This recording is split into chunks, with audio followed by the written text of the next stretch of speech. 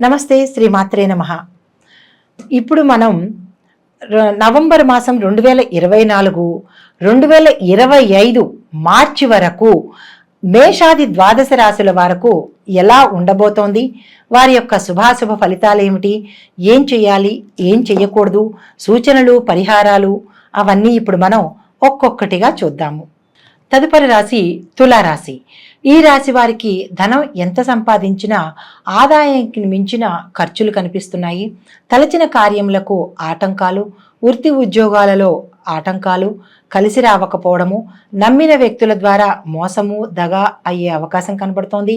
చోర భయము, ఎంత మంచిగా ఉందామనుకున్నా పేచీలు చిక్కులే వస్తాయి తప్ప మీకు అనుకున్నంత మంచి పేరైతే రాదు.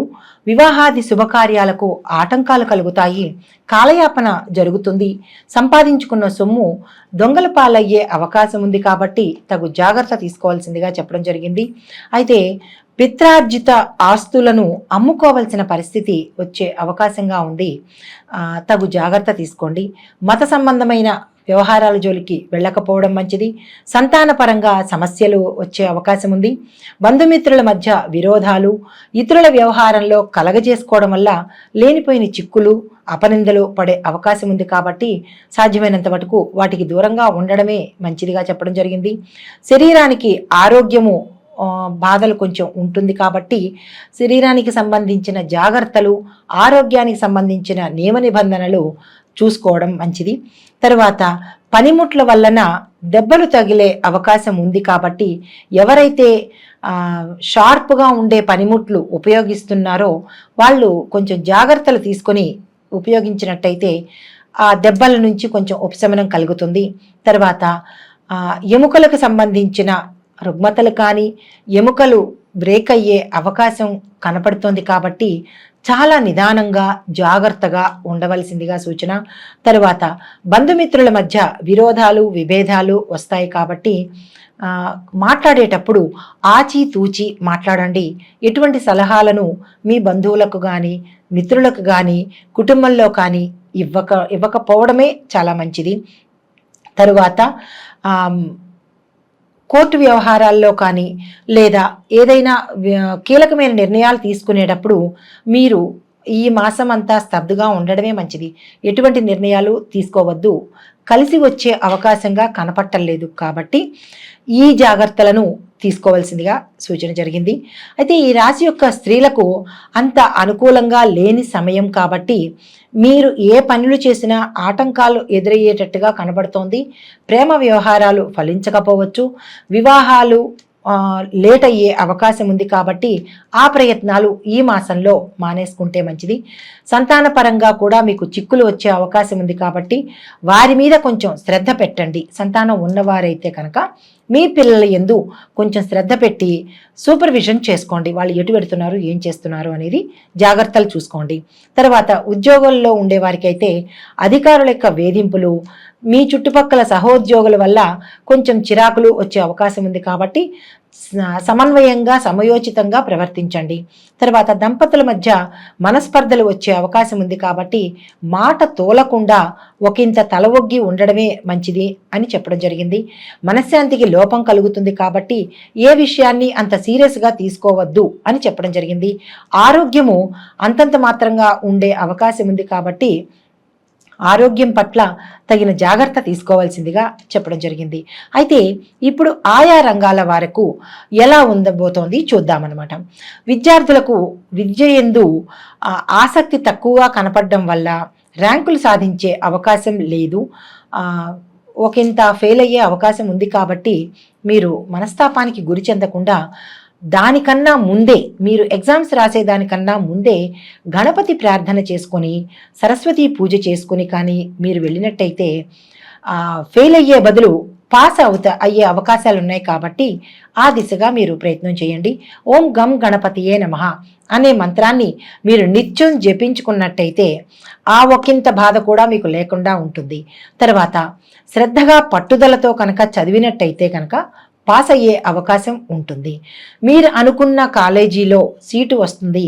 ప్రవేశ పరీక్షలు ఏవైనా ఉంటే కనుక ఆ ప్రవేశ పరీక్షలకు చేసే ముందు గణపతికి సంబంధించిన పూజలు కానీ, నైవేద్యాలు కానీ, ఆలయ సందర్శనాలు కానీ చేసి కనుక మీరు చేస్తే, గరికమాలు సమర్పించడం కానీ, ఇలాంటివి ఏవైనా చిన్న చిన్న పరిహారాలు చేసి మీరు ఆ ప్రయత్నం చేసినట్టయితే మీకు విజయం చేకూర్చే అవకాశం కనపడుతోంది.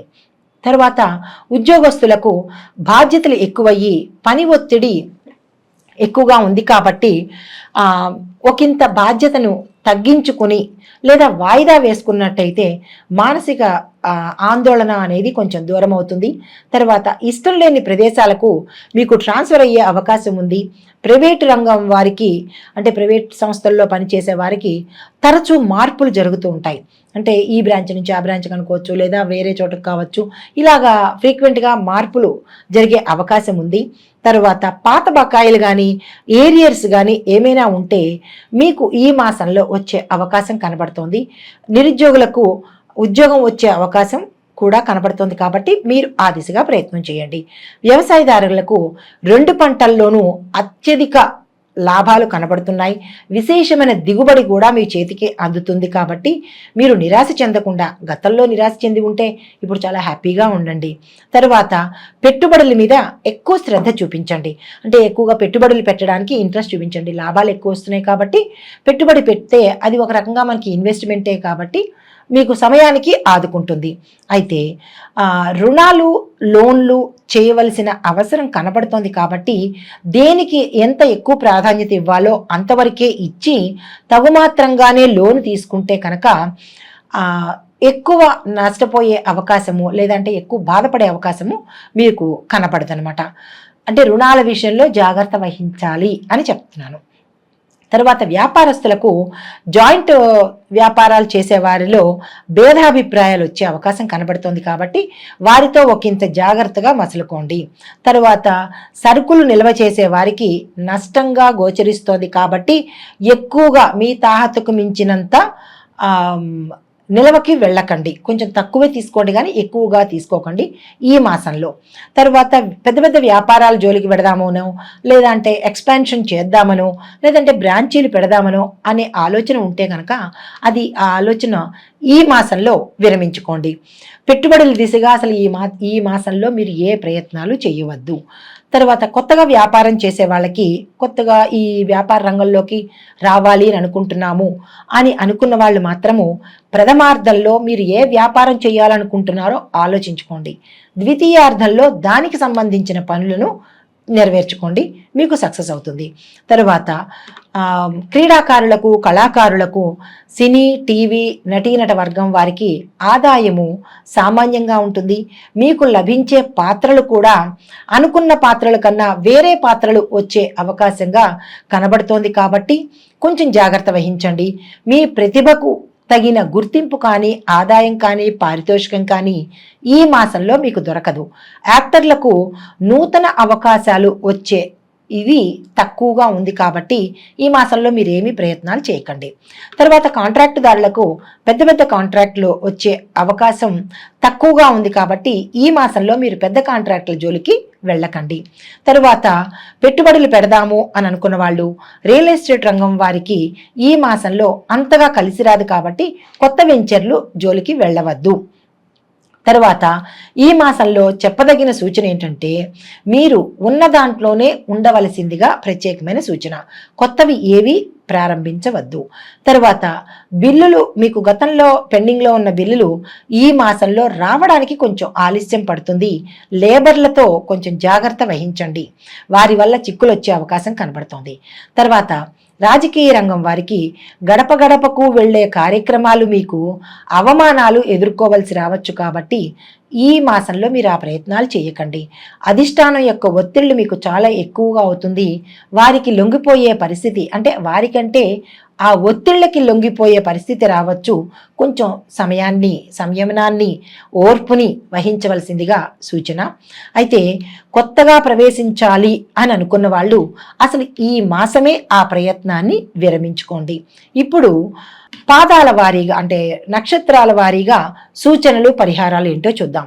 ముందుగా డిసెంబరు మాసము 2024, 2025 జనవరి, ఫిబ్రవరి, మార్చి నెలలు వీరికి లాభదాయకంగా ఉంటుంది. కాబట్టి మీరు ఏ పని మొదలు పెట్టాలనుకున్నా, కొత్తవి చెయ్యాలన్నా, శుభకార్యాలు చేయాలన్నా ఈ మాసంలో మీరు కనుక ప్రయత్నం చేస్తే అన్ని విధాల అనుకూలంగా కనపడుతుంది. తర్వాత గ్రహశాంతి కోసము మంగళవారం రోజున కేజీ కందులు కానీ లేదా కందిపప్పును కానీ దానంగా ఇవ్వాలి. మీ యొక్క అదృష్ట సంఖ్యలు 2, 3, 4, 6. అదృష్ట వారాలు మంగళ, బుధ, శనివారాలు. కాబట్టి ఈ అదృష్ట వారాలతో ఆ అదృష్ట సంఖ్యలను చూసుకుంటూ ఏ పని ప్రారంభించాలన్నా ముందుకి దిగ్విజయంగా వెళ్ళండి. తర్వాత స్వాతి నక్షత్రం వారు వీరికి అక్టోబర్ నెల 2024, 2025లో జనవరి, ఫిబ్రవరి, మార్చ్ ఈ మాసాలు అన్ని విధాల యోగదాయకంగాను, లాభదాయకంగాను, యోగ్యంగాను ఉన్నాయి. కాబట్టి మీరు ఏదైనా కొత్త పనులు ప్రారంభించాలన్నా, కీలకమైన పనులు చేపట్టాలన్నా, శుభకార్యాలు చేయాలన్నా ఈ మాసం మీకు చాలా అనుకూలంగా ఉంది. కాబట్టి మీరు ఆ ప్రయత్నాలు చేసుకోవచ్చు. మీ యొక్క గ్రహానికి శాంతి కోసము శనికి అంటే శనేశ్వరుడికి కేజింపావు మినుములు దానంగా ఇచ్చినట్లయితే శనివారం రోజు దానంగా ఇవ్వాలి.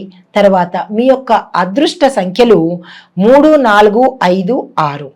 అదృష్టమైన వారాలు ఆది, మంగళ, బుధవారాలు. కాబట్టి ఈ అదృష్ట వారాలలో ఈ సంఖ్యలను ఉపయోగించుకుని మీరు ఏ పని తలపెట్టాలన్నా దిగ్విజయంగా చేసుకోవచ్చు. తదుపరి విశాఖ నక్షత్రం 1, 2, 3 పాదాల వారికి అక్టోబర్ 2024, 2025 జనవరి, ఫిబ్రవరి, మార్చి మాసాలు అన్ని విధాల యోగదాయకంగాను, యోగ్యంగాను, లాభదాయకంగాను ఉన్నాయి. కాబట్టి మీరు ఈ మాసాలని దృష్టిలో పెట్టుకుని ఏ కొత్త పనిని ప్రారంభించాలన్నా, ఏ పనిని చెయ్యాలన్నా, లేదా ఏ వ్యాపారాలు చేయాలన్నా, మీ కార్యక్రమాలు ఏవైనా ఉంటే కనుక ఈ మాసాల్లో మీరు ప్రారంభం చేసుకోవచ్చు. అనుకున్న దానికన్నా విజయం ఎక్కువ సాధించే అవకాశం కనబడుతోంది. మరింత లాభదాయకంగా ఉంది. కాబట్టి మీరు ఈ పనులు చేసుకోండి. అయితే మీరు గ్రహశాంతి కోసము గురువారం నాడు కేజింపావు శనగలు దానంగా ఇవ్వండి. మీ యొక్క అదృష్ట సంఖ్యలు 3, 4, 6, 7. అదృష్ట వారాలు ఆది, సోమ, మంగళవారాలు. కాబట్టి ఈ వారాలను ఉపయోగించుకుని అదృష్ట సంఖ్యలతో మీరు పనిని ప్రారంభించుకోండి. మొత్తంగా ఈ రాశి వారు అంటే ఈ రాశిలో ఉండే నక్షత్రాల వారు, నక్షత్రాలు మాకు తెలియదు అని అనుకున్న వాళ్ళు ఈ రాశిలో ఉండేవారు ఏం చేస్తారు అంటే గురువుకి, కేతువుకి జపాలు, దానాలు చేసుకోండి. మృత్యుంజయ జపము, శ్రీకృష్ణుడు, సాయినాథుడు, సుబ్రహ్మణ్యేశ్వర స్వామి వార్ల ఆలయాలను దర్శించండి, పూజించండి. విశేషంగా విష్ణు సహస్రనామ పారాయణ వచ్చిన వాళ్ళు చెయ్యండి. లేని వారు నోరు తిరగదు అని అనుకున్న వాళ్ళు పారాయణను ఉదయము, సాయంత్రము ఒక్కసారి వినండి. తర్వాత సుబ్రహ్మణ్యేశ్వర స్తోత్రం కానీ, సుబ్రహ్మణ్యేశ్వర మంత్రం కానీ పఠించవలసిందిగా ప్రత్యేకమైన సూచన. ఈ రాశి వారికి శుభప్రదమైన రంగులు నలుపు, తెలుపు, నీలము, ఆకుపచ్చ. మీరు ఎక్కడికి ఏ కీలకమైన పని గురించి వెళ్ళాలన్నా, ఏ శుభకార్యానికి వెళ్ళాలన్నా ఈ రంగులు ఉండేటట్టుగా మీరు ప్లాన్ వేసుకొని ప్రణాళిక ప్రకారమో లేకపోతే మీకు అనుకూలంగా ఉండేటట్టుగా చూసుకుని ఇవి ధరించవచ్చు. ఈ రాశి వారు పాటించవలసిన మంత్రము ఓం తత్వ నిరంజన్ తారక రామాయ నమః అనే మంత్రాన్ని 108 సార్లకు తక్కువ కాకుండా వీలున్న సమయంలో ఉదయం కానీ, సాయంత్రం కానీ పఠించండి. ఈ మంత్రాన్ని పఠించేటప్పుడు ప్రత్యేక సూచన, స్నానం చేసి శుభ్రంగా మంచి బట్టలు వేసుకుని అప్పుడు మాత్రమే, ఉదయమైనా సాయంత్రమైనా అప్పుడు మాత్రమే మీరు ఈ మంత్రాన్ని పఠించండి. ప్రతి గ్రహాలకి ఖగోళ శాస్త్రపరంగా ప్రతి గ్రహము చరిస్తూ ఉంటుంది, అంటే కదులుతూ ఉంటుంది. కాబట్టి ఇవి ప్రత్యేకంగా ఒక్కొక్కళ్ళకి చెప్పేది కాదు. అంటే ఇప్పుడు పలానా వాళ్ళకి అని చెప్పేది కాదు. ఆ రాసుల్లో కొన్ని కోట్ల మంది ఉండవచ్చు, ఆ నక్షత్రంలో కొన్ని కోట్ల మంది ఉండవచ్చు. ఇవి గోచార ఫలితాలు, అంటే చెరించే ఫలితాలే కానీ ఇది ఇదమిద్ధంగా ఇది ప్రత్యేకంగా వీరికి అని చెప్పడానికి మాత్రం కాదు. ఇది మీకు ప్రత్యేకంగా కావాలి అని అనుకుంటే మీ పేరుతో నాకు ఇలా జరగట్లేదేంటి, అది అందులో ఇలా చెప్పారు, నాకు ఇలా జరగట్లేదు, ఇది తప్పు, అది కాదేమో అని జ్యోతిష శాస్త్రాన్ని మాత్రం అవమానపరచకూడదు కదా. ఇది పేరుని బట్టి చెప్పేది కాదు. ఇది కొన్ని వేల మంది, కొన్ని లక్షల మందికి, ఈ రాశిలో ఉన్న వాళ్ళకి, ఈ నక్షత్రంలో ఉన్న వాళ్ళకి ఎలా ఉండబోతోంది అని చెప్పేది మాత్రమే. కానీ తప్పనిసరిగా ఇది మీకు అని మీరు మీ స్వయానికి మాత్రం అన్వయించుకోకండి, భయపడకండి. సంతోషం కూడా సంతోషపడండి, బాగుంటుంది. కానీ ఏదైనా కనుక ఉన్నది అంటే భయపడకండి. ఎందుకంటే మనకి పంచాంగంలో దృక్సే పంచాంగం కానీ లేదా ఏ జ్యోతిష శాస్త్రంలో ఉండే పంచాంగకర్తలు మనకి సూచన చెప్తారు, మీకు ఇలా ఉండబోతోంది అని చెబుతారు. కానీ దాన్ని మీరు పరిగణలోకి తీసుకుని భయపడిపోయి నాకే అని అన్వయించుకోకండి. మీకుగా తెలియాలి అంటే కనుక మీ వ్యక్తిగత జాతక పరిశీలనకు చూపించుకుని, పండితులకి చూపించుకొని వారి ద్వారా మీరు ఉపశమనం పొందితే బాగుంటుంది అని ప్రత్యేకంగా చెప్పడం జరిగింది. దీనిలో నెగిటివ్స్ అంటే జరగలేదు అనుకోవద్దు, జరిగింది అని అనుకోవద్దు. మీకు కావలసిన విషయాలను చెప్పడం కోసం ఎవరు ఏ పండితులు చెప్పినా గోచార రీత్యానే చెప్తారు తప్ప పలానా వారి పేరు అని పెట్టి చెప్పడానికి ఇది అవకాశం లేనిది. జ్యోతిష శాస్త్రం అనేది మనకి మార్గాన్ని సూచించే ఒక దిక్సూచి లాంటిది మాత్రమే. దాన్ని ముందుగా తెలుసుకుని తగు జాగ్రత్తలు తీసుకుంటామని చెప్పడానికి ఈ శాస్త్రం మనకి ఉపయోగపడుతుంది. దీనిలోని తప్పొప్పులను ఎంచకుండా, నెగిటివ్స్గా ఆలోచించకుండా, ఎవరిని దూషించకుండా, ఒకరు ఎక్కువ కాదు, ఒకరు తక్కువ కాదు. పండితులు చెప్పేది ఎప్పుడూ సమంజసమయ్యే ఉంటుంది. అన్నీ చూసుకునే చెప్తారు కాబట్టి ఎవరిని దూషించవద్దు. మీ సొంతంగా ఆలోచించి మీ సొంతంగా మీ నిర్ణయాలు తీసుకోవద్దని ఈ ముఖంగా ప్రేక్షకులకు నేను విన్నవించుకుంటున్నాను.